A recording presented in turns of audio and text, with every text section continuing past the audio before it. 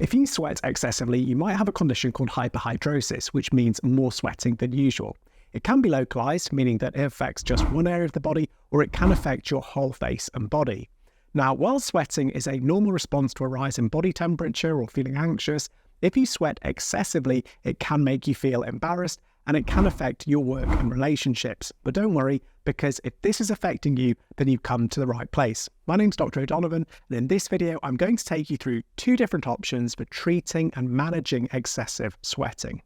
First of all, we're going to look at ways that you can help yourself at home, and then we're going to look at some more specialist treatment options that you might want to consider if the home treatment options don't seem to be working for you. So there are several ways that you can help yourself at home. The first option are antiperspirants, which reduce sweat production. Now, antiperspirants are slightly different to deodorants. Whilst deodorants are designed just to remove and mask unpleasant smells, they don't actually reduce the sweating. So it's important to look for antiperspirants when you're buying something from the store, not just deodorants. Now, if regular antiperspirants don't control your excessive sweating, then a strong antiperspirant containing aluminium chloride is usually the first line of treatment. Anhydrol Forte and Dryclaw, which are roll-ons, and Odoban, which is a spray, are typically sold in most chemists or online, and they're usually available on prescription from your GP in the UK. Now, to get the best results from an antiperspirant, you should apply it at night time to clean dry skin so that it can work overnight when sweating is at its least. If your skin is wet when you're applying the antiperspirant, it might cause burning and discomfort, so you should try and make sure that your skin is dry. You should try and apply the antiperspirant every evening for the first week or 2, and it usually only needs to be applied every few days to keep your sweating under control. Now, it's important to know that antiperspirants may cause irritation. To try and reduce the chances of this happening, you should only use it for the shortest amount of time possible. And if you're finding it to be too irritating or troublesome to your skin under the armpits, then you should stop using it and speak to a pharmacist about some potential alternative options. My next tip is to think about the clothes you wear. Absorbent underlayers like cotton t-shirts or wicking fabrics can help with excess sweating, and sometimes you can purchase adhesive absorbent underarm pads for clothing from your pharmacist. It's also worth wearing loose-fitting clothes made of natural fibres. These also help. It's also worth thinking practically about the colours of clothes that you wear.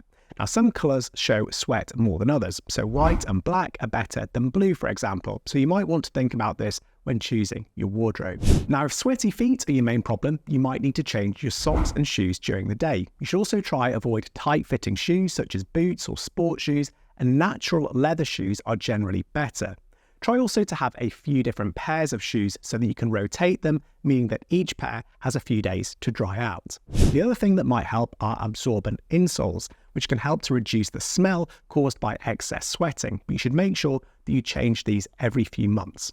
It's also worth noting that anxiety can also play a role in sweating too much. If this is the case, then relaxation techniques and counselling can help, and I've included some links in the description box of this video to some great resources that you could try to help with this, such as meditation apps and yoga videos. Now, whilst I'm sure that if you suffer from excessive sweating, you've probably tried many of these self-help measures, if these don't seem to work and sweating is still bothering you, don't worry, because there are still options that are available, but you might need to see your doctor for some of these. The doctor will assess whether there might be an underlying cause for your excessive sweating, and they may start treatment, and if needed, they may even refer you to a skin specialist, someone called a dermatologist.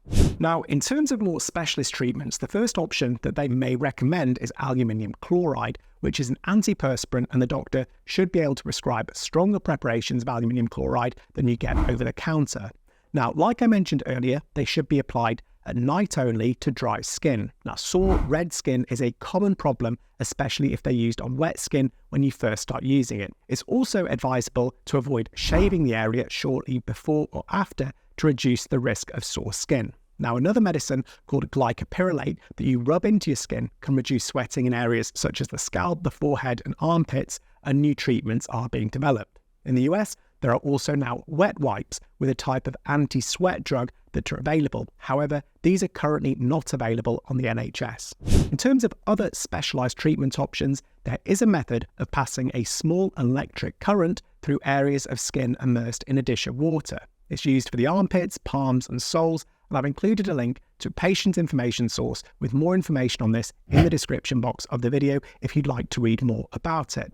Anticholinergic drugs are also a potential option, and these block the nerves that set off sweating. These come as tablets, and a dose is taken that is sufficient to reduce sweating without causing too much of their side effects. And these are things like dry mouth, blurred vision, tummy cramps, constipation, and sometimes difficulty in passing urine.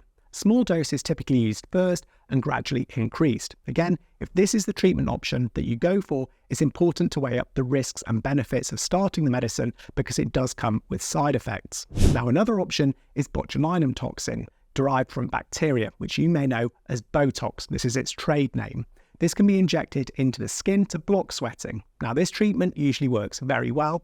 It's widely available privately, but it is rarely available on the NHS here in the UK. Now, the effect usually lasts 2 to 6 months, although some patients may continue to benefit for 12 months and the treatment can be repeated. Botulinum toxin is not commonly used in the palms and soles if you have sweaty palms or soles, because it can cause temporary weakness of the hand and foot muscles, and it's also painful. And there's something called mirror dry, which is a new treatment that uses controlled microwave technology to destroy sweat glands without the need for surgery. However, again, here in the UK, it's not usually available on the NHS. As a last resort, there is an operation to cut the sympathetic nerves that are triggered to produce sweating.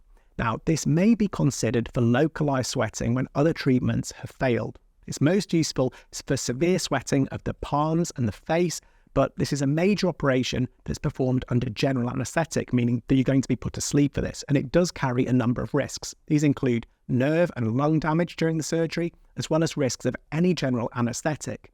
In addition, many individuals go on to develop something called compensatory sweating. So this is where you sweat at other body sites. In some individuals, this is actually more severe than the original problem, and it's very difficult to treat. So it's really important that you're fully aware of all the potential risks and side effects before going through with this surgery, and you'll likely need to have counselling both before and after the surgery.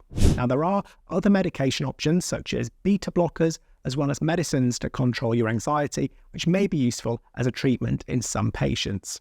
Finally, I have to point out that this video has been created as a general educational resource only and should never replace individual medical advice from your own doctor. I do hope you found this video helpful, and if you'd like to share any tips that you've personally found useful to help others, then please do so in the comments section. Once again, thanks for watching, and until next time, bye.